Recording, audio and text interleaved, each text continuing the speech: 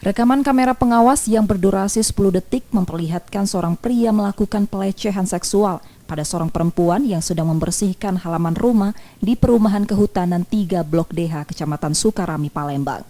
Pelaku menggunakan sepeda motor memegang bagian belakang korban dan viral di media sosial. Korban sempat mengejar dan melempar pelaku dengan sapu. Dari keterangan pemilik rumah, peristiwa yang dialami asisten rumah tangganya itu terjadi pagi dan sudah sering dilakukan pelaku selama 2 pekan terakhir di lingkungan tersebut.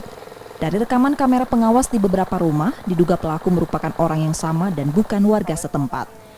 Jadi kejadian tadi pagi, Mbak, sekitar jam 6.12. Waktu itu saya lagi kerja, atau ada teriak suara-suara berisik gitu kan. Akhirnya saya keluar, lihat, ada mobil, ada motor ngebut gitu. Begitu saya tanya ke pembantu yang sebagai korban, ternyata katanya tuh pantatnya dicubit gitu sama pelaku. Jadi setelah itu langsung saya cek CCTV, memang terlihat bahwa jam 6.12 itu pelaku terekam di CCTV.